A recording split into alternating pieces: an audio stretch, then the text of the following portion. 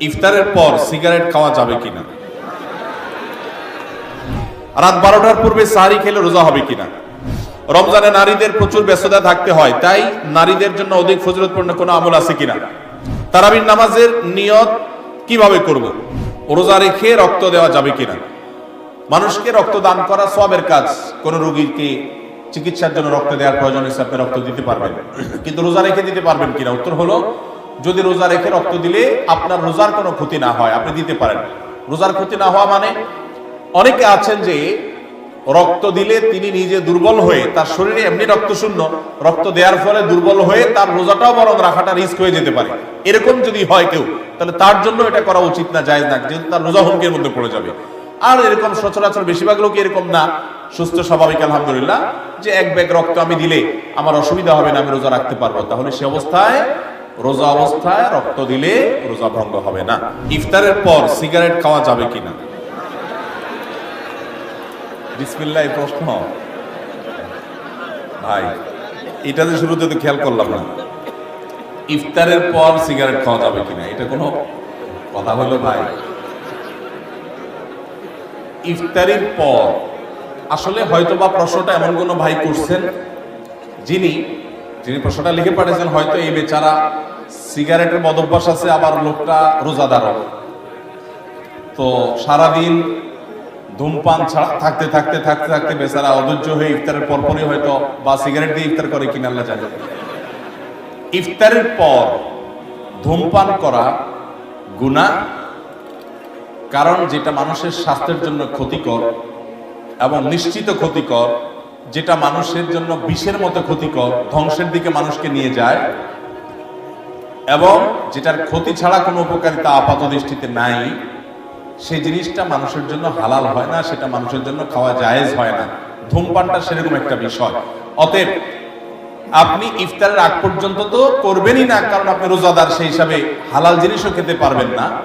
কিন্তু ইফতারের পর যদি কেউ ঘুষ খায়, ইফতারের পর যদি কেউ কুকুরের গোশত শুকুরের গোশত খায়, সেটা যেরকম ইফতারের পরে খাইছে দেখে হালাল হবে না, ধূমপানটাও ইফতারের পরে করছে দেখে হালাল হবে না। কথাকে বুঝাতে পারছি? আমাদের সমাজে কোন কোন ঘুষখোর আছে, আমি শুনেছি, দেখি নেই, যে তারা নাকি বিভিন্ন অফিসে ঘুষ খাওয়ার সময় যখন যারা ঘুষ দিবে ক্লায়েন্ট তারা আসে, তখন নাকি ড্রয়ারটা খুলে বলে, এখানে রেখে দেন ভাই, আমি রোজা আছি তো ইফতারের পরে নেব। এরকম শুনছি আমি, আল্লাহ জানে এরকম আসলে আদতে আছে কিনা, বাস্তবে আছে কিনা। তো এই বেচারা সে রোজা রেখে ঘুষের টাকা ধরবে না, রোজা ভেঙে ইফতার করার পর তারপরে ধরবে। তার মানে সে মনে করে রোজা রাখা অবস্থায় করলে রোজার অসম্মান হবে, তো রোজা রাখার পরে ইফতার করার পরে যে করবেন তাতে আল্লাহর নির্দেশ লঙ্ঘন হবে না। রোজা মানে তো বিরত থাকা, সিয়াম মানে বিরত থাকা, তার মানে হারাম থেকে বেঁচে থাকার ট্রেনিং আমি নিচ্ছি এখান থেকে, সেটা আমার আমল করতে হবে সারা জীবন পর। অতএব যারা রোজা রেখে ধূমপান করছেন না, তারা ইফতারের পরেও ধূমপান করবেন না। আল্লাহ আমাদের ভাইদেরকে বেঁচে থাকার তৌফিক দান করবেন। যদি কোনো কারণে শয়তানের প্ররোচনায় পরিচিত আপনি করেই ফেলেন, তো আপনি প্রতিজ্ঞা করবেন আস্তে আস্তে সেখান থেকে বের হয়ে আসা। রোজা অবস্থায় ধূমপান করলে তো রোজাও ভাঙবে, আবার রোজা ভাঙার গুনাহ হবে, ধূমপানের গুনাহ হবে, ডাবল গুনাহ হবে। ইফতারের পরে করলে আপনি ধূমপানের গুনাহগার হলেন, রোজা ভাঙার গুনাহগার হলেন না, জাস্ট পার্থক্য এতটুকু, কিন্তু সেটাও অবশ্যই গুনাহ হবে।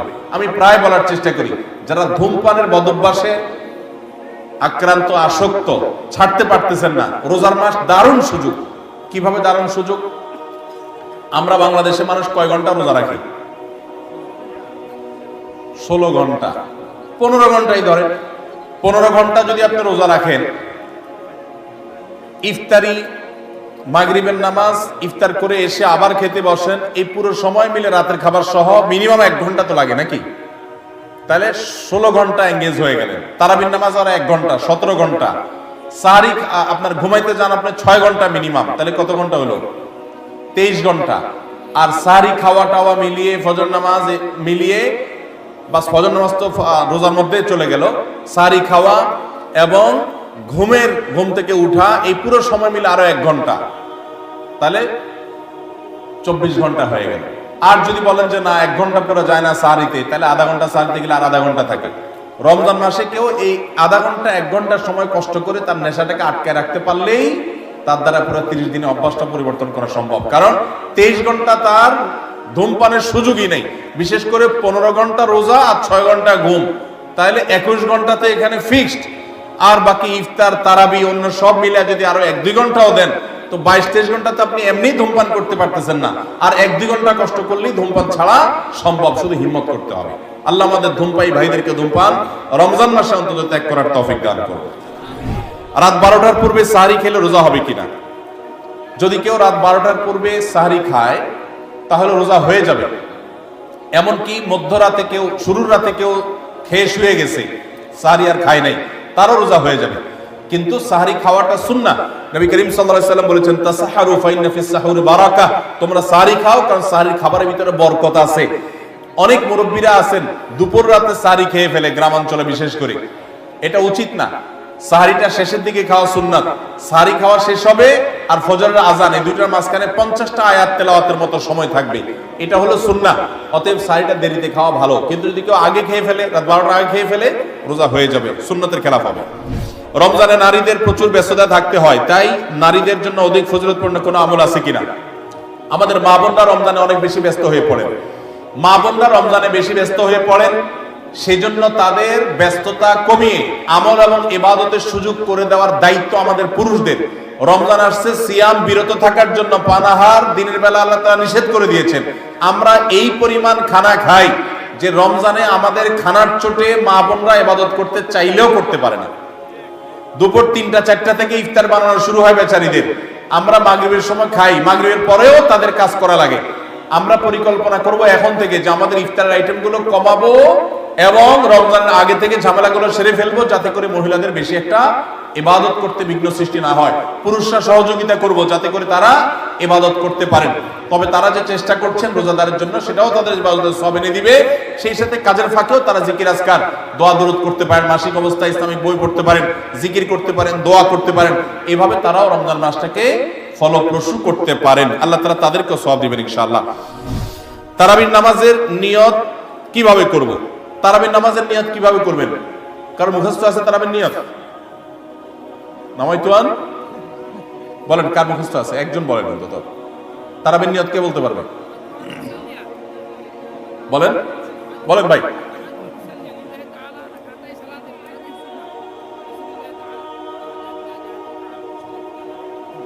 মাশাআল্লাহ মাশাআল্লাহ, এবারে পুরস্কার দেওয়া উচিত।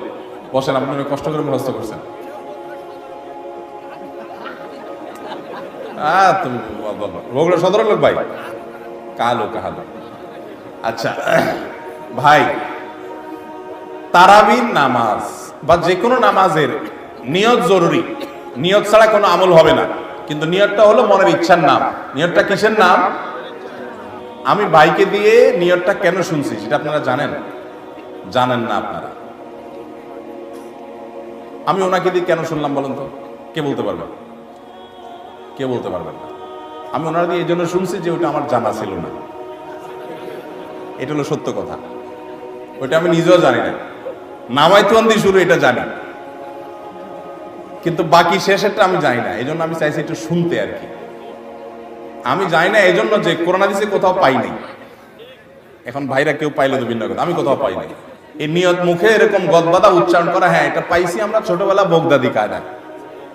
বগদাদি কায়দা এটার জন্য কত মাইদ্যরে হয়তো খাইছি, পাইয়া তখনই ভুলে গেছি।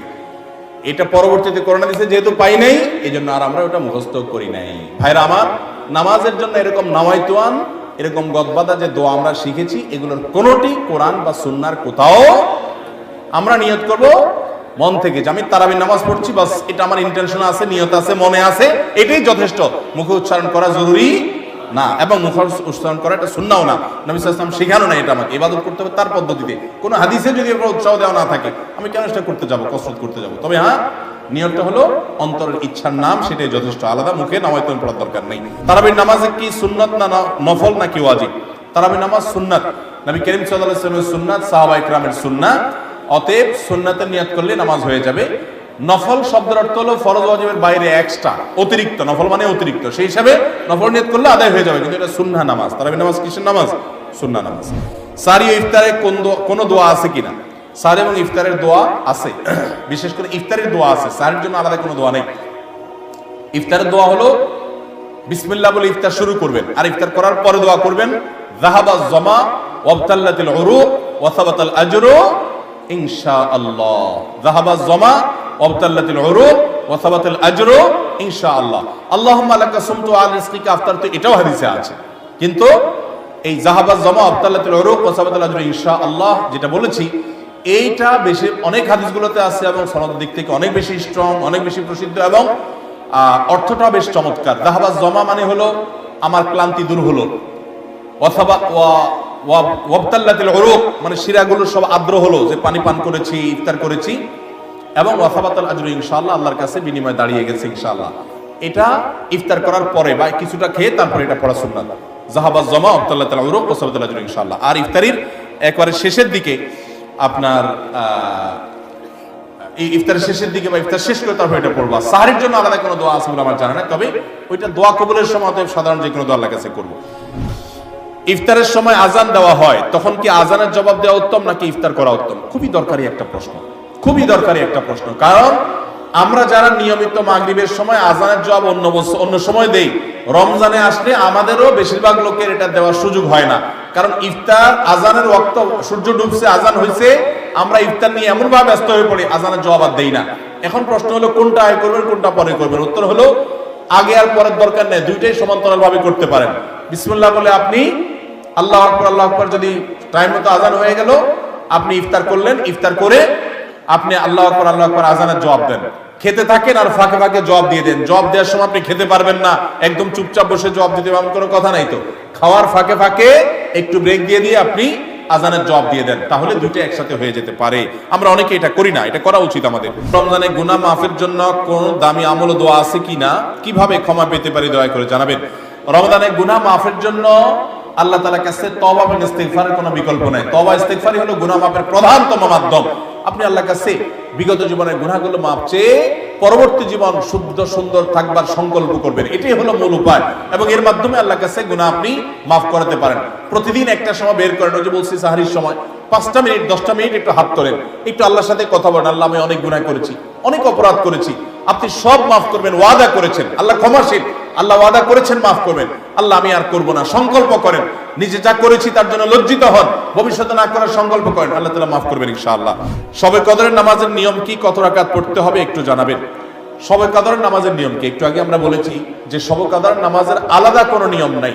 অন্য যে কোনো সময় যে আমরা নফল নামাজ পড়ি, ঠিক একই পদ্ধতিতে আমরা শবে কদরে পড়বো, লাইলাতুল কদরেও পড়বো। আমরা বিশেষ করে অনেকে মনে করি লাইলাতুল কদরের প্রথম রাকাতে অমুক সূরা এতবার পড়তে হয়, সূরা ফাতিহার পর দ্বিতীয় রাকাতে তমুক সূরা ততবার পড়তে হয়। এগুলো সবগুলো মানুষের নিজেদের বানানো। কোরআন বা হাদিস এরকম কোন ফরম্যাট শবে কদরের জন্য আলাদা ঠিক করে দেয় নাই।